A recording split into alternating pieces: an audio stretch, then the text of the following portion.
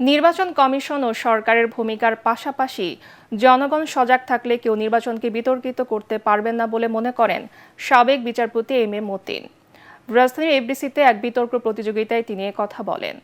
এবার নির্বাচন গ্রহণযোগ্য হলে জাতি আগের কলঙ্কিত নির্বাচনের কালিমা থেকে মুক্তি পাবে বলে মন্তব্য করেন ডিবেট ফর ডেমোক্রেসির চেয়ারম্যান হাসান আহমেদ চৌধুরী কিরণ। ইমদাদুল্লাহ বাবুর রিপোর্ট।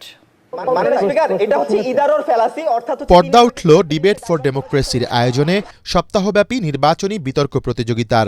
রোববার গণভোট ও সংসদ নির্বাচন সুষ্ঠু করতে কমিশনের ভূমিকা নিয়ে অনুষ্ঠিত হয় বিতর্ক। বাংলাদেশে আর কোনো বিনা ভোটের নির্বাচন হোক, সরকারের দায়ভারটা সবচেয়ে বেশি প্রধান। এতে প্রধান অতিথি সাবেক বিচারপতি এম এ মতিন বলেন, দেশের সংস্কার এবং গণতন্ত্র পুনরুদ্ধারে এই নির্বাচন খুবই তাৎপর্যপূর্ণ। এই ইলেকশনে হা ভোট ফিল করে তাহলে কি হবে, যে দীর্ঘদিন আকাঙ্ক্ষা মানুষের যেটা আপার হাউস থাকবে ওইটা কিন্তু মানুষ আর পাবে না। হয়তো ইলেকশনে 300 আসনে জয়ী হবে, কিন্তু ওই ধারণাটা বেঁচতে যাবে।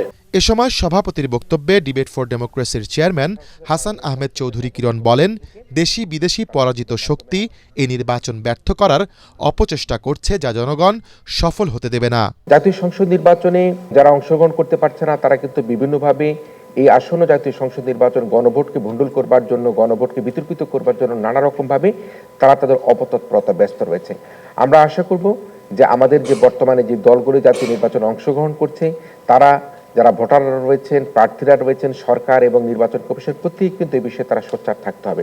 অনুষ্ঠানে অবাধ, সুষ্ঠু ও অংশগ্রহণমূলক নির্বাচন করতে কমিশন এবং প্রশাসনকে কঠোর ভূমিকা পালনের আহ্বান জানান তারা।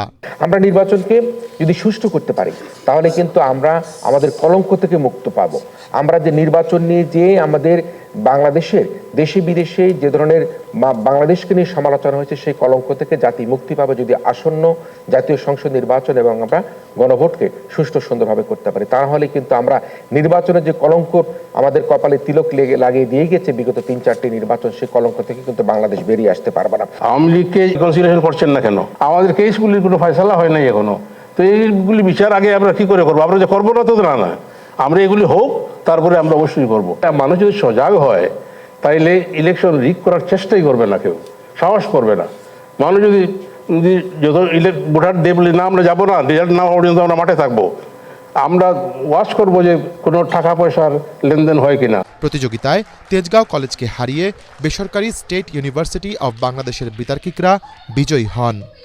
ইমদাদুল্লাহ বাবু, ATN বাংলা, ঢাকা।